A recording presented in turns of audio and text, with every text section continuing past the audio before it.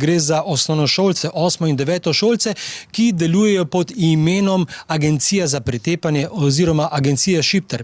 In naj vas ime ne zavede, v njej so tudi slovenski otroci. Ste jih že obravnavali? Potrjujem, da smo zadevo obravnavali, zadevo smo tudi procesuirali in v zaključku je tudi kazenska ovadba, ki bo podana za 3 kazniva dejanja zoper osebe.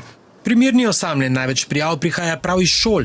Pomembno je, da otroci zaupajo strokovnim delavcem na šoli, da jim gredo take stvari tudi povedati in da se odkrijejo.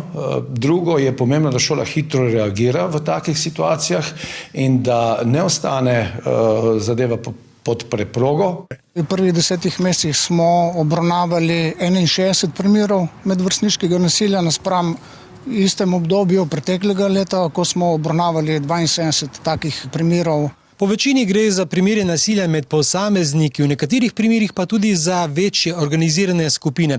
Ena takšnih naj bi delovala v Izoli.